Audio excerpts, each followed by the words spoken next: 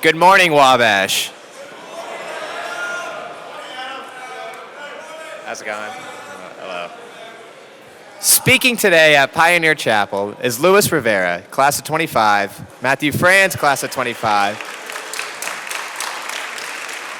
and Corey Leuters, class of 19, with their talk titled, Homophobia Has No Home. Luis is a sophomore planning on majoring in psychology and double minoring in gender studies and black studies, and he's originally from Raleigh, North Carolina. He's a brother at Lambda Chi Alpha, where he currently serves as their secretary.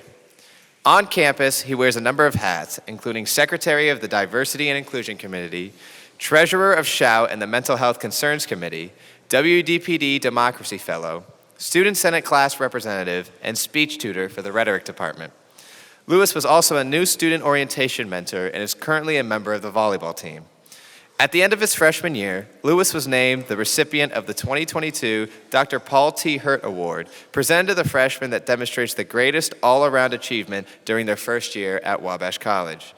After graduation, Luis plans to enter a social psychology PhD program and conduct research on issues of diversity, equity, and inclusion. Our next speaker is Matthew Franz, who is a sophomore from Jonestown, Ohio. He is double majoring in classics and rhetoric and double minoring in German and religion. He is a class of 2025 Eli Lilly Scholar and hopes to attend graduate school for a PhD in classical studies. He is a brother of Kappa Sigma and is highly involved in his position on the executive committee. Some of Matt's hobbies include playing volleyball, fencing, and traveling. His favorite thing about Wabash is the network of alumni and the support that our faculty provides. Over the past 4 years, our third speaker is Corey Leuters, and over the past 4 years, he has been teaching in Mississippi, first serving his 2-year commitment with Teach for America, and since has remained while his husband finishes out his assignment at Columbus Air Force Base. Looking back at his time at Wabash, Corey believed his purpose in life was to do big things and create big change. His time in rural and urban Mississippi shifted that focus for him, and he has since remained committed to making small, incremental changes within his school and his community. Please give a warm welcome for our speakers.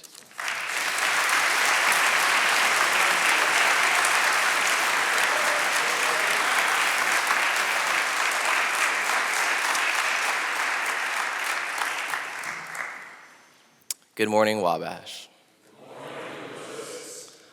First, I just want to say thank you to the Sphinx Club for giving shOUT this platform today to speak about such important issues, so thank you. Additionally, I want to give a shout out to Hawk Ricketts, who was supposed to speak with us today, but is currently getting all of his wisdom teeth removed, so he's unable to be here.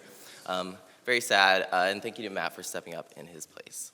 And lastly, I just want to thank all my brothers at Lambda Chi for always being there for me and being so supportive. I love you all. So today, I'm going to be talking about what contributes to a homophobic culture and why you should feel compelled to be better. And I want to start by saying that I realize how aggressive and combative chapel talk centered on diversity, equity, and inclusion can feel. I've heard from friends, oftentimes straight white men, that they feel like there's a lot of aggression and everything you do is problematic, you can't make mistakes. However, I want you to listen to this talk with open hearts and open minds. Because the only way change can occur is if you are open-minded and willing to do so. Too often, we walk out of those chapel doors on Thursdays and we might make a comment at lunch about how interesting the speaker was, and then that's it. That's the extent of it, and we go about our lives. I'm challenging you today to commit to doing more than just listening and letting this fade from memory. I'm challenging you to actually actively process what I'm saying, applying it to your own life, and making a genuine attempt to grow as individuals. Because that's what chapel talks are for, right? They provoke thought and invoke the urge to grow, to be better than what we are now. And I promise that everything I say today is purely out of love and out of hope for the future, because we can be better.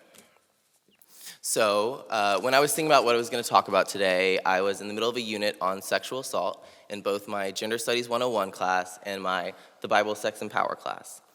And in both classes, the same theme rose to the surface. And that was the importance of looking at those incidents of sexual assault as a 3D problem.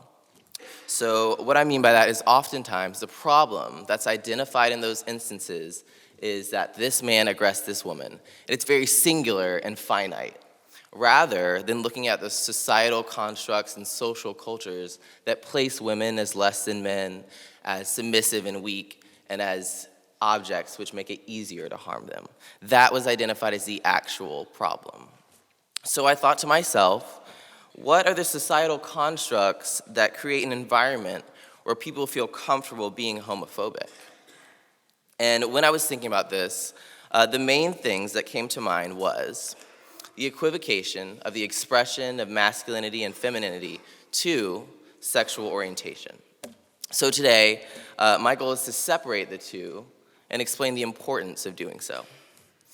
So to begin, sexual orientation is simply how you express sexuality, and it is defined by arousal.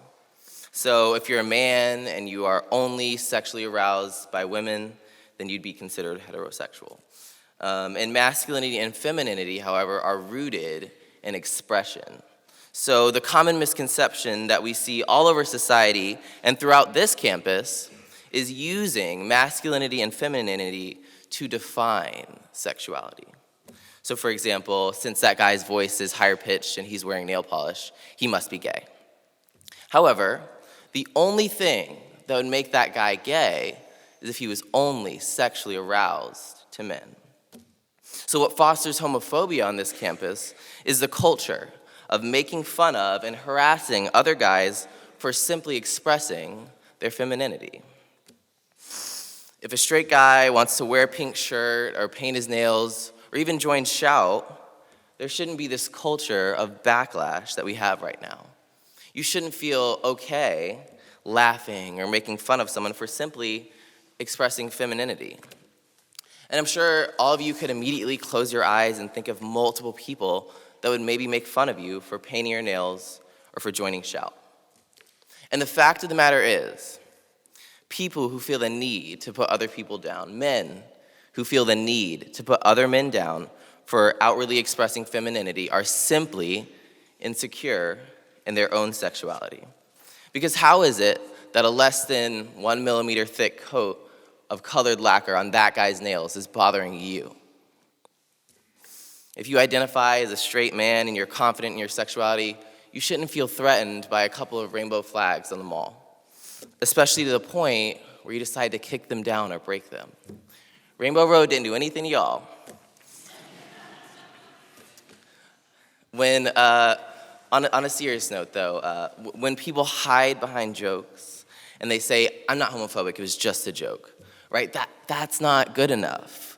When people say things like pause or that's sus, when they say something that could be slightly misconstrued as gay, they perpetuate this culture of homophobia.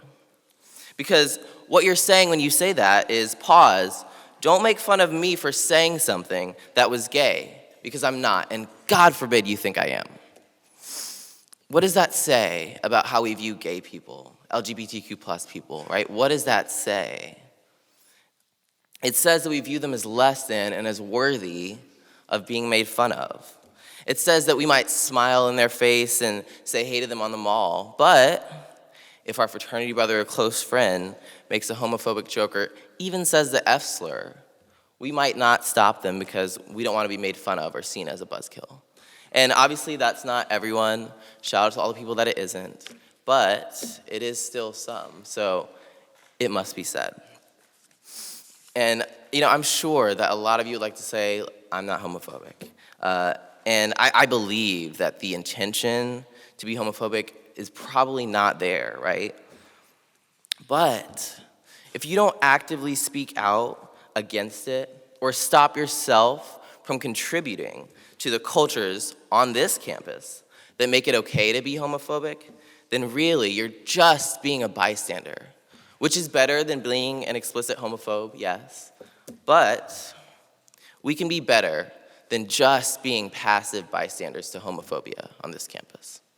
We can be better. And just to be clear, I don't expect that after this talk, you all will storm those chapel doors changed and ready to snuff out all acts of homophobia. That's unrealistic. But I do hope that you think a little the next time you see the examples happening right in front of you that I talked about. And maybe even feel compelled to do something about it. Because the fact of the matter is, guys, you don't get to pick your brothers. Like it or not, some of your brothers are gay, and some of your brothers are bisexual, and honestly, some of your brothers may become your sisters. But what binds us all together, what's most important above all, the glue of the student body, past and present, is that we all went to this tiny-ass school in the middle of nowhere with all these crazy-ass traditions, and that day, when you stepped foot on campus and were rung in, we became part of a lifelong brotherhood. And I realize that brothers fight all the time, I get that, but they also love each other too. And I feel like we could all use a lot more love right now. This semester has been fraught with violence among students and hate, resulting in an erosion of our beloved traditions. That's not what this brotherhood is about. This brotherhood is about so many things. It's about kindness and compassion. It's about loyalty to one another and strength. It's about joy and having fun. And it's about love. So, let's choose love over hate, because love conquers all. Thank you.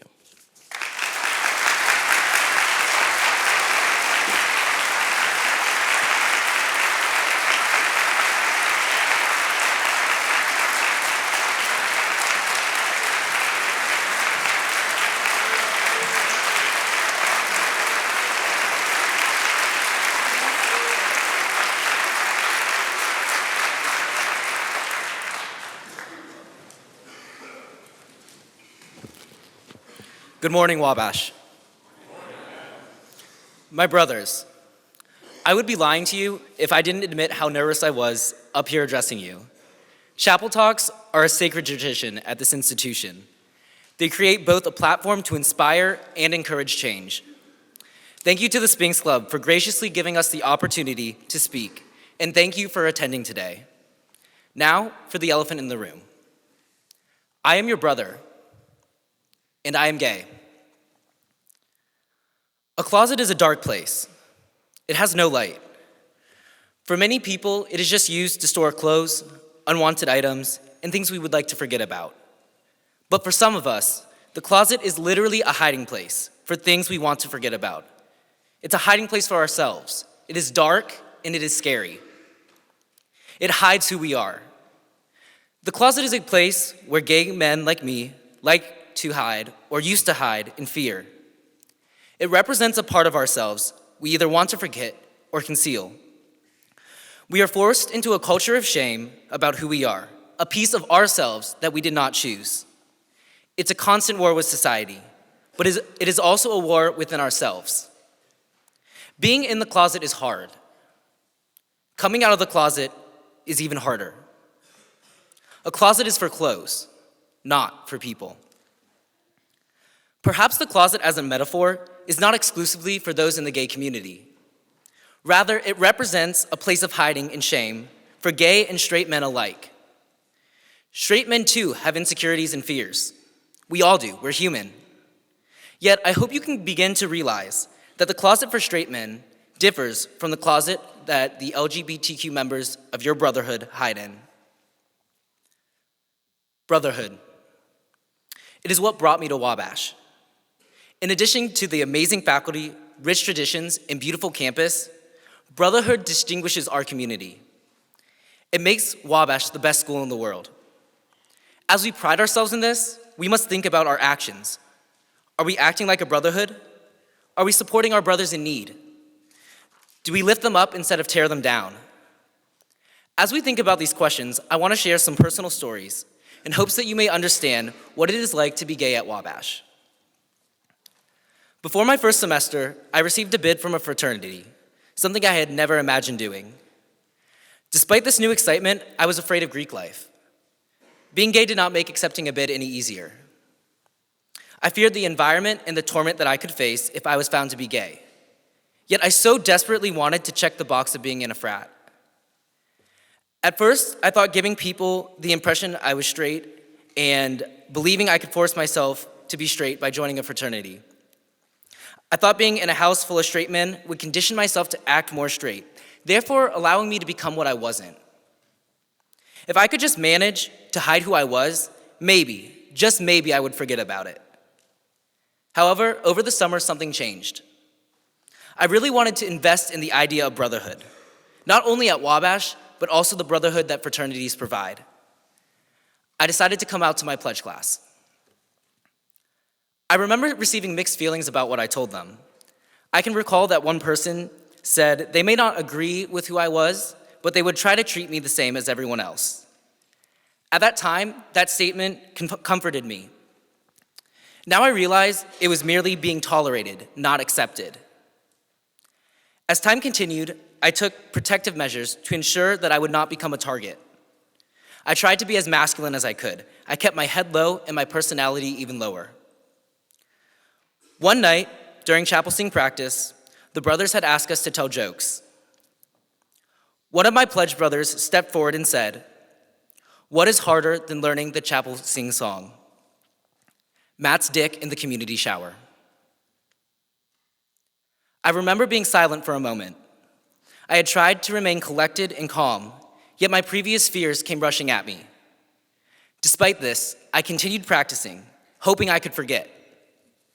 Later, that same night, a brother came back from the bars and called us all the F slur.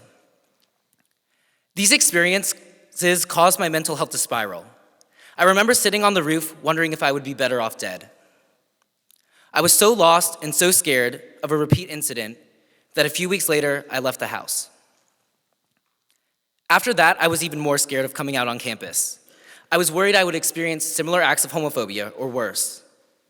Somehow, I found the strength to come out to both my volleyball team and my roommate. As time went on as an independent, I began to wonder if similar situations would occur in other fraternities. I still wanted to be part of a fraternity. In spring semester, I decided to rush again.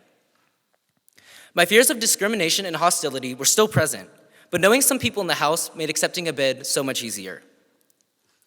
Pledgeship went by without any serious issues, and I eventually came out to my house. After being initiated, I felt as if I had nothing to worry about, and I began to let my guard down. Unfortunately, this feeling of safety and acceptance did not last long. On the night of National Act, I was walking over to the Delt party with a brother. On the way over, he slapped my ass and said, "I know you like that." At first, I did not know what to say. I had been conditioned to think that gay men could not be assaulted by a straight man. I decided I would let it go and I would keep my distance. Later that same night, the same person began to grind up on me at the party, and I had to push him off. As I brought this up to the house, I found support at first. People stood by me and told me that I was in the right. As time went by, though, this support began to waver. People began to wonder if I was telling the truth. At chapter, some people had made me feel as if I had done something wrong. I wanted to forget what had happened, but I couldn't. The house became divided on what to do. Some people wanted to give him another chance, while others wanted to suspend or expel him. The house decided to suspend him for 1 semester and allow him to return. When asked what I had wanted to do, I told them this was fine. I didn't want to become a target again, and I didn't want to be the one causing a divide in the house. I gave a similar response to administration. I had felt pressured to tell people that what they wanted to do was okay. I put my personal feelings and my well-being aside so I could play the part and not cause more of an issue. In reality, though, I was deeply hurt. I wanted this person gone. I did not want to see him at the house again. He was a constant reminder of what had happened to me. I felt as if we, as a house, did not take the situation at face value. I wondered if he had done the same thing to a girl or a straight male, if the results would have been different. I was hurt that my new brothers had not done more. At this point, I realized there was a need for change in the house. I decided to run for a position on the executive committee. I was then elected Grand Scribe and excited to be in a position where I could affect change. I wanted to change the culture, and I thought that being in a leadership position would give me a better chance to do so.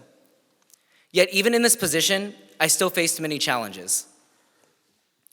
Another situation occurred mid-semester this year when a pledge thought it was okay to say the F slur.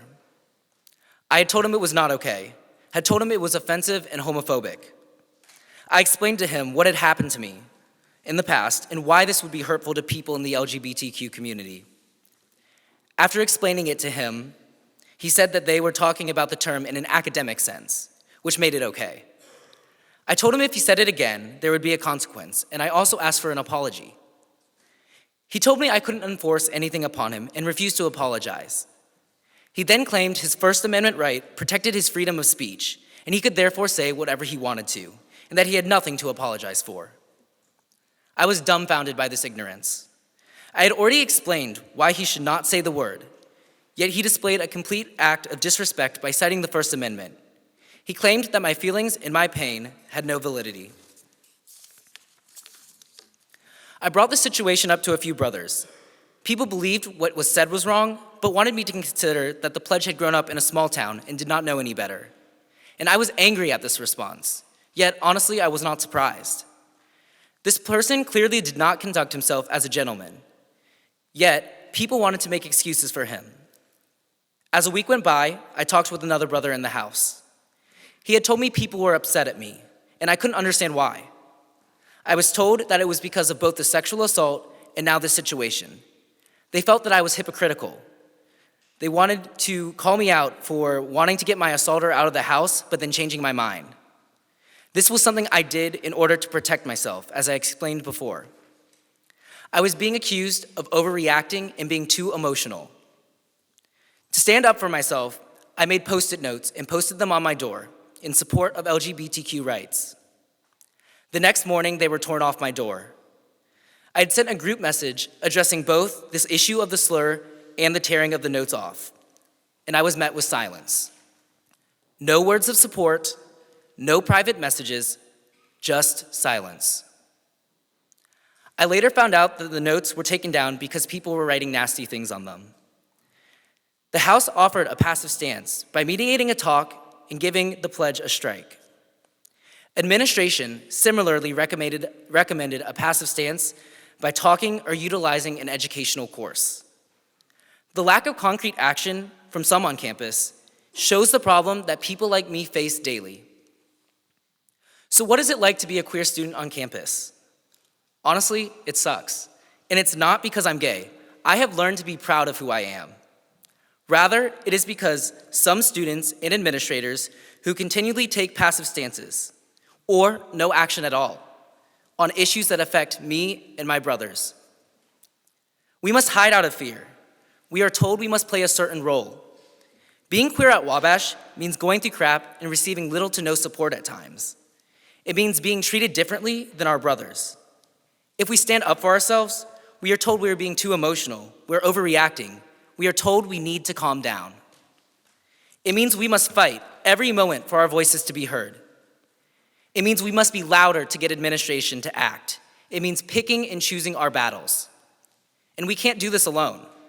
It's tiring and it's disheartening every time we think we make progress just to realize nothing has changed. It means being uncomfortable in class, in our living units, and on our sports teams. It means letting straight people be comfortable while we are uncomfortable.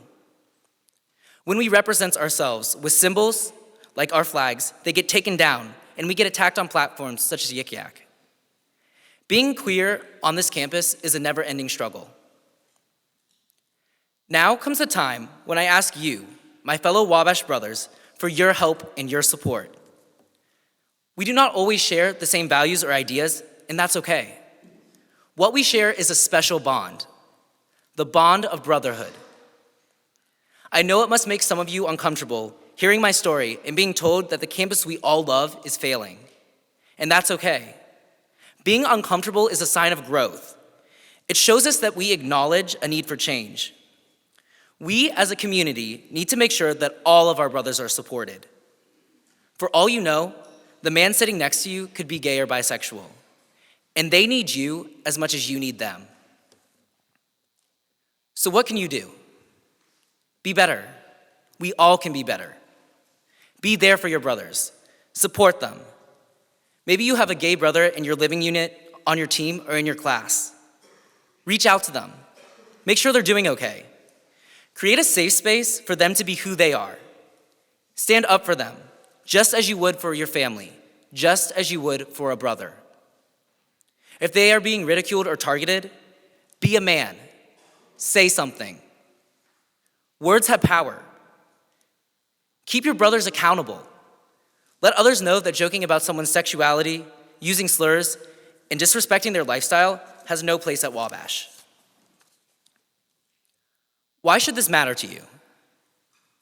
As a community and as a brotherhood, we are all responsible for the well-being of our Wabash family. We are all brothers, all family. Secondly, there could be a day when your child comes to you and says, "Dad, I'm gay."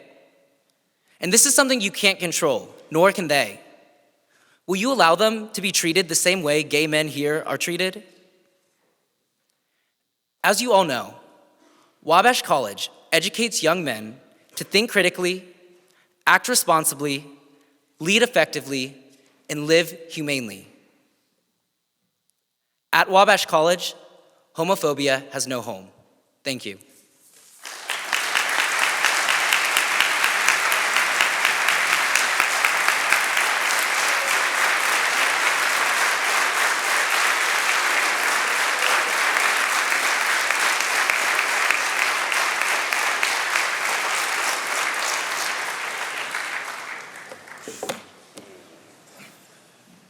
Good morning, Wabash.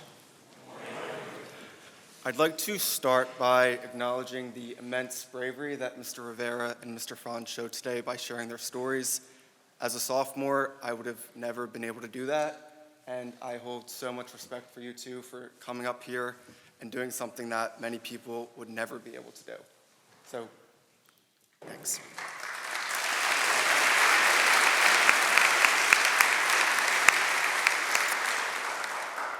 I'd like to thank the members of shOUT for inviting me here to speak, and for the members of the Sphinx Club for creating a forum for topics that are so important and that continue to live on this campus. I spent the last 4 years as a teacher in Mississippi. It's come with many hardships that I could tell you here today, but it would be way too long. I've taught many lessons over the last 4 years, some regarding sentence structure, some regarding themes, but my biggest lesson that I've learned throughout my 4 years of teaching was that showing up matters. I've shown up to my kids' football games, their baseball games, their concerts, their competitions, tutoring, their club meetings. That's what matters most to our students. And by you being here today, you have shown up for members of shOUT and for members in this community who may have not come out yet or who are still grasping with their identities.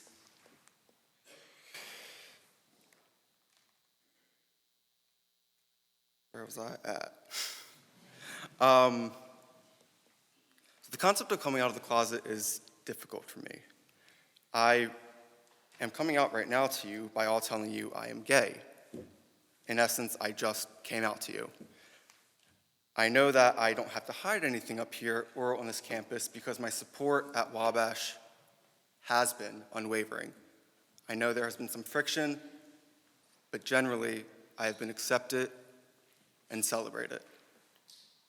But this doesn't always happen.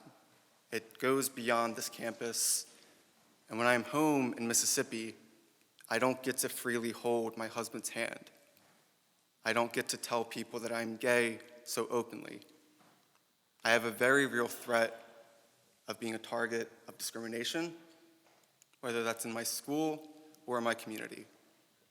I come from Philadelphia, Pennsylvania, where things are a little more open-minded, if you will.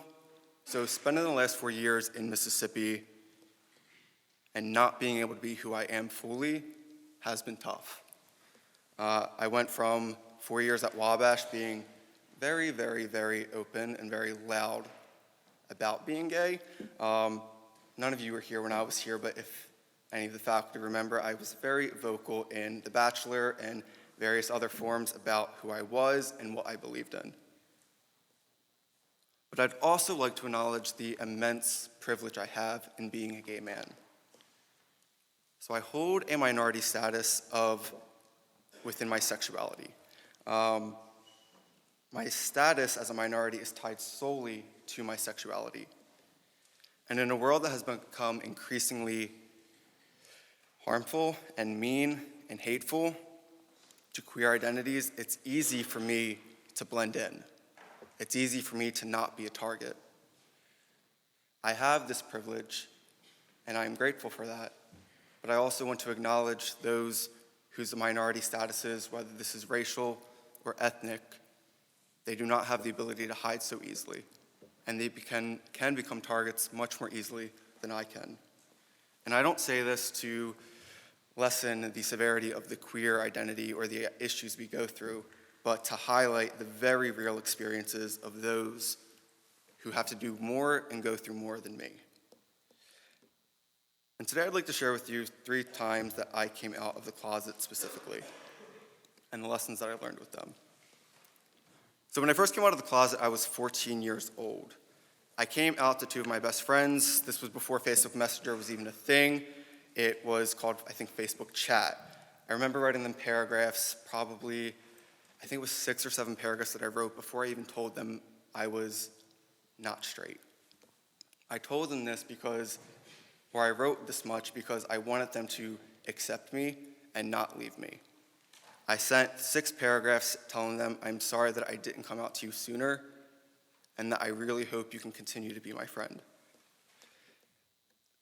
They did accept me. I really didn't have much to worry about, but I did have the very real reality of living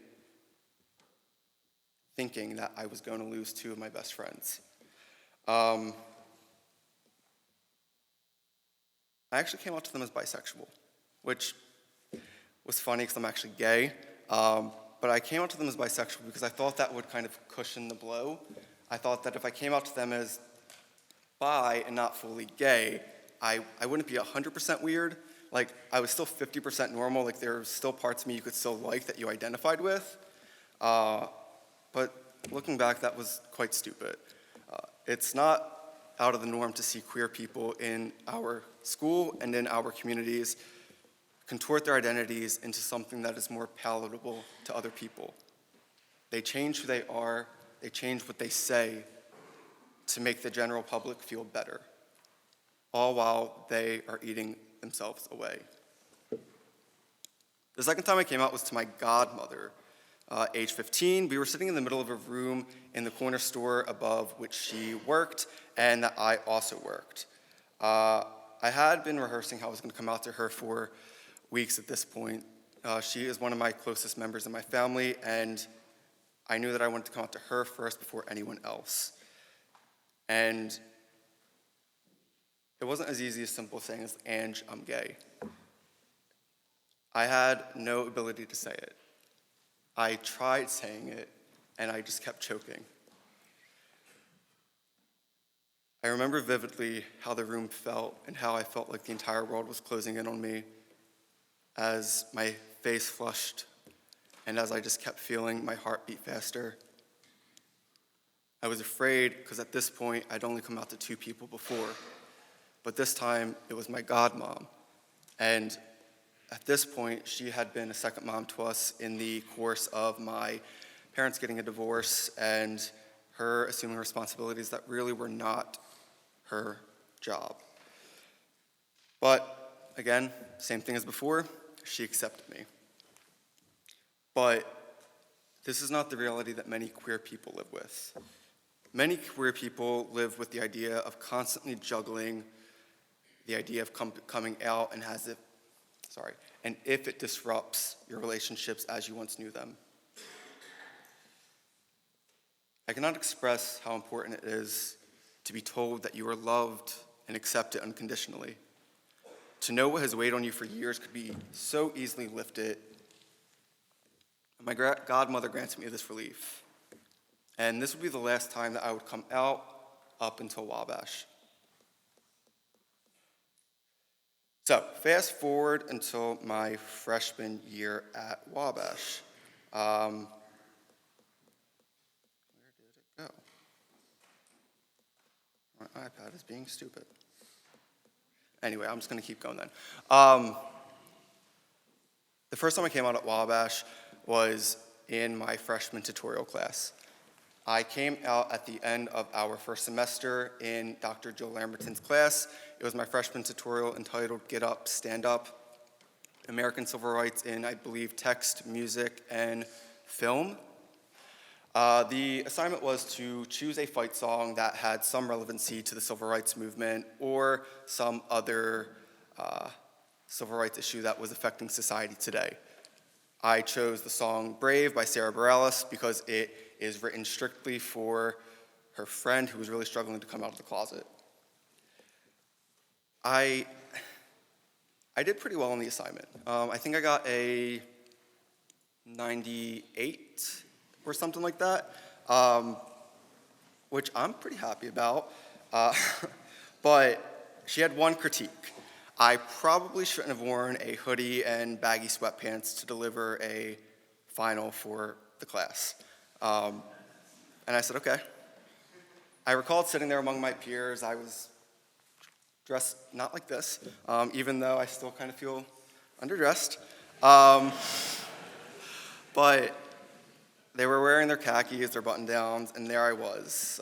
I don't know if I ever told Dr. Lamberton this, and I don't think she's here today, but maybe someone could pass it along. Class was at 9 a.m., and I knew I was going to come out during this class period. How exactly, I wasn't sure. I left Shake and Steak, or Steak and Shake, whichever one it is, at 4 a.m. I was in Steak and Shake from around 9 p.m. to 4 a.m. practicing my speech to come out because I wanted it to be perfect. So when I woke up, I really didn't even think about my dress. But so it is. But again, same thing with the two instances before. I was accepted and warmly welcomed. And that is one of the biggest lessons I learned in Dr. Lamberton's class, if you've had her. She creates a community of safety and love and acceptance. And that is something that I want to implore to all of us here. So this is where you specifically come into play. So within the queer community is the concept of a chosen family. This typically denotes a group of close friends, mentors, whatever it may be, who create a web of social support in the absence of the birth family support. So I can promise you, maybe not today or this year, or maybe, who knows, even when you're 40, you're going to have brothers who come into their identities at many points in their lives, and they're going to be looking to you for support, because whether you know it or not, you have become a part of their chosen family. If you have anything to take away from my words today, let it be this. Create the space for those in your life to express their identities freely. Know the power of your love and acceptance has the ability to alleviate someone's load that has become too heavy. And never discount the value of your relationships with your brothers here, because one day they may need you more than ever. Thank you.